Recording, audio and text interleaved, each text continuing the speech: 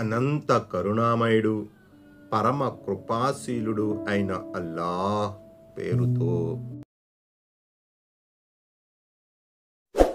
బిస్మిల్లాహిర్ రహ్మానిర్ Rahim. وهو الذي خلق السماوات والأرض بالحق ويوم يقول كن فيكون قوله الحق وله الملك يوم ينفخ في الصور عالم الغيب والشهادة وهو الحكيم الخبير. ఆయత number 73. ఆయనే ఆకాశాలను భూమిని సత్యబద్ధంగా సృష్టించాడు. 94. ప్రయోజనార్థం పుట్టించాడు అన్న అర్థం కూడా వస్తుంది. అంటే ఆయన భూమి ఆకాశాలను నిరర్ధకంగా ఉత్తుత్తిగా నిర్మించలేదు. ఒక నిర్ణీత లక్ష్యంతో ఆయన ఈ విశ్వ వ్యవస్థకు రూపకల్పన చేశాడు.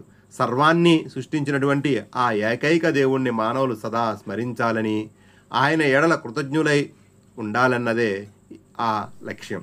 ఏ రోజున ఆయన 95 మూలంలో యౌమ అనే పదం వచ్చింది. అందులో అంత్యాక్షరమైన మీమ్ మీద నసబ్ లేదా జబర్ ఉండడం గమనార్హం.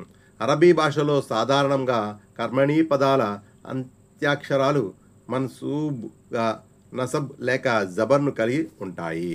ఇక్కడ కూడా యౌమ ఒక కర్మిణీ పదం.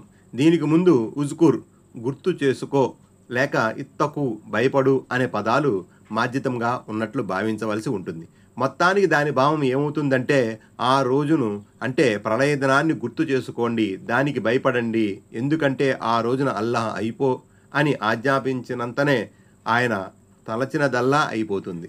లెక్కల తనిఖీ కూడా అత్యంత సులువుగా తొందరగా జరిగిపోతుందన్న సంకేతం కూడా దీని ద్వారా మనకు అందుతుంది. అంటే విశ్వసించిన వారి లెక్కలు చాలా తొందరగా తెమలుతాయి, కానీ ఇతరుల పాలిట మాత్రం అది సుదీర్ఘమైన దినంగా 1000 ఏండ్లకు లేక 50,000 ఏండ్లకు సమానంగా ఉంటుంది అని ఆజ్ఞాపిస్తాడో అప్పుడు అది అయిపోతుంది. ఆయన మాట సత్యమైనది, ప్రభావపూరితమైనది. శంఖం 96. అరబీలో సూర్ అని ఉంది. అది శంఖం కావచ్చు లేక కొమ్ము లాంటిది, బిజుల్ లాంటిది కూడా కావచ్చు. దాని గురించి హదీసులో ఈ విధంగా ఉంది: దైవదేవత ఇస్రాఫిల్ దాన్ని నోట్లో పెట్టుకుని తల వంచుకుని దైవాజ్ఞ కోసం ఎదురు చూస్తున్నారు. దైవ సంకేతం అందగానే ఆయన ఆ శంఖాన్ని ఊదుతారు. ఇబ్నే కసీర్. ఆ సూర్ ఒక కొమ్ము అని అందులో ఊదబడుతుంది అని అబూదావుద్ తిర్మిజీ నెంబర్ 4742 3244లో ఉంది. కొంతమంది పండితుల ప్రకారం ఇది 3 సార్లు ఊదబడుతుంది. మొదటిసారి ఊదినప్పుడు అందరూ స్పృహ కోల్పోతారు. దీన్ని నఫ్ఖతుస్సాహ్ అంటారు. రెండోసారి అందరూ అంతమైపోతారు. దీన్ని నఫ్ఖతుల్ ఫనా అని పిలుస్తారు. మూడోసారి మానవులంతా మళ్ళీ బ్రతికించబడతారు. దీనిని నఫ్ఖతుల్ ఇన్షా అంటారు. కొంతమంది విద్వాంసులైతే ఆఖరి 2 మాత్రమే సరైనవని భావిస్తున్నారు. ఊదబడే రోజున అధికారమంతా ఆయనదే అవుతుంది. ఆయన నిగూఢమైన విషయాలను, బహిర్గతమై ఉన్న విషయాలను ఎరిగినవాడు. ఆయనే వివేక సంపన్నుడు, సర్వము తెలిసినవాడు. ఆయత నంబర్ 74. وإذ قال إبراهيم لأبيه آزر أتتخذ أصناما آلهة إني أراك وقومك في ضلال مبين. ఆయత నంబర్ 74. ఇబ్రాహీం అలైహిస్సలాం తన తండ్రి హాజరుతో 97. దైవ ప్రవక్త ఇబ్రాహీం అలైహిస్సలాం తండ్రికి హాజర్, తారీఖ్ అనే 2 పేర్లున్నాయని చరిత్రకారులు అంటున్నారు. రెండవ పేరు బహుశా అతని బిరుదు అయి ఉండవచ్చు. హాజరు ఆయన పినతండ్రి పేరని మరికొంతమంది భావిస్తున్నారు. కానీ ఇది నిజం కాదు. ఎందుకంటే ఇబ్రాహీం అలైహిస్సలాం తండ్రిని ఖురాన్ హాజరుగా పిలిచింది కనుక హాజరు తండ్రి అన్నదే సరైనది. ఏమిటి, నీవు విగ్రహాలను ఆరాధ్య దైవాలుగా చేసుకుంటున్నావా?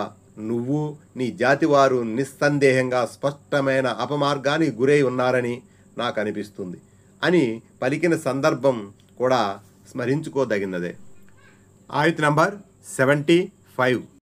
وكذلك نري إبراهيم ملكوت السماوات والأرض وليكون من الموقنين.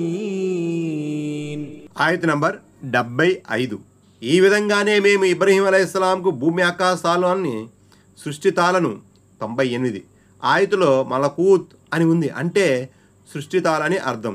పైన అనువాదంలో ఈ అర్థమే తీసుకోబడింది, లేక ఇక్కడ దాని భావం రుబీబియత్, అల్లాహ్ యొక్క పోషకత్వము, మరియు ఉలూహియత్, ఆరాధన హక్కు కావచ్చు. అంటే మేము ఇబ్రహీం అలైహిస్సలాంకు ఈ విషయాలు చూపించాం, ఈ విషయాల జ్ఞానంలో అతనికి దృఢత్వాన్ని ప్రసాదించాం. లేక హర్ష్, దైవ సింహాసనం నుంచి భూమి క్రింది లోకాల వరకు ఇబ్రహీం అలైహిస్సలాంకు సర్వము చూపెట్టాం అన్న భావంలో కూడా ఈ పదం ఉపయోగించబడి ఉండవచ్చు. ఫతహుల్ ఖదీర్, చూపించాం. అతనికి దృఢ నమ్మకం కలగాలన్న ఉద్దేశంతోనే అలా చేశాం.